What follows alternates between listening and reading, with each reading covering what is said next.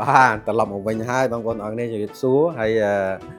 ក្រោយពីខ្ញុំបានសាករួចហើយពិតជាអស្ចារ្យមែនតើបងប្អូនយើងចង់និយាយថាយើងផ្សព្វផ្សាយផលិតផលតើយើងបានសាកឥឡូវនេះយើងបានសាកហើយឈុនប៊ីដាមនៅក្នុងដៃរបស់ខ្ញុំនេះពិតជាពិសេសមែនតើបងប្អូនហើយនិយាយទៅគេហៅថាកម្រើករាត្រីរបស់កូរ៉េយើងក៏មានកម្រើករាត្រីដែរ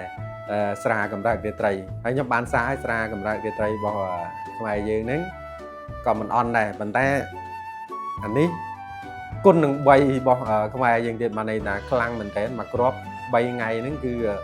បានន័យថាជួយឲ្យសរសៃទៅសូកជាស្អាតសរសៃអាប្អូនប្រុសរបស់យើងហ្នឹងគឺវាមានកម្លាំងខ្លាំងបានន័យថាចង់និយាយថា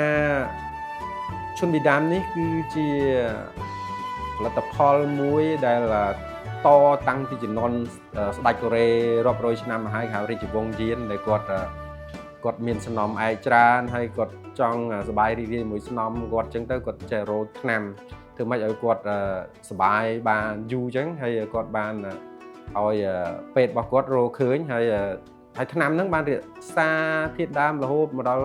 បច្ចុប្បន្នប្រទេសកូរ៉េហើយប្រជាជនកូរ៉េជាពិសេសគឺអ្នកមានហ្នឹងគេចូលចិត្តប្រើអ្នកស៊ីវិល័យអីហ្នឹងចង់និយាយថាផលិតផលនេះគឺវា premium បន្តិចហើយបងប្អូនចង់និយាយថា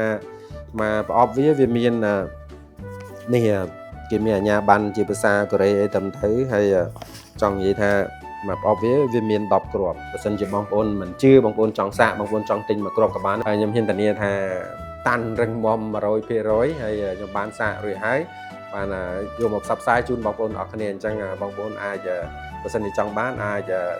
តាក់ទងតាម Telegram បាទសូមអរគុណបាទមិនខ្ញុំភ្លេចខ្ញុំបញ្ជាក់ម្ដងទៀតបងប្អូនអរគ្នានិយាយទៅ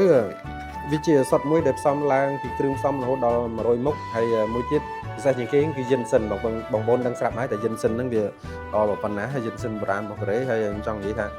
គ្រាប់របស់វាខ្ញុំបានសាររួចហើយវាដូចជាសូកូឡាអញ្ចឹងហើយវាខ្ចប់មកអញ្ចឹងថ្នាំមានតម្លៃគេធ្វើបានសារពីរបៀបបុរាណហើយគ្រាប់វាខ្មៅគ្រាប់អញ្ចឹងណាខ្ញុំបានសារហើយអានេះវាថ្លៃខ្ញុំចាំខ្ញុំដាក់វីដេអូដែលខ្ញុំបានសារឲ្យមើលហើយរសជាតិវាគឺចង់និយាយថាស្តៀងសូកូឡាប៉ុន្តែគ្រាន់តែវាមានជាតិក្លិនថ្នាំយិនសិនតិចហើយបងប្អូនហូបហើយបងប្អូនហូបអីក៏ផ្អែមដែរដូចយើងហូបសមអញ្ចឹងផឹកទឹកអីក៏ផ្អែមដែរហើយចង់និយាយថាមិនប្រតិកម្មជាមួយនឹងស្រាទេបើន័យថាបងប្អូន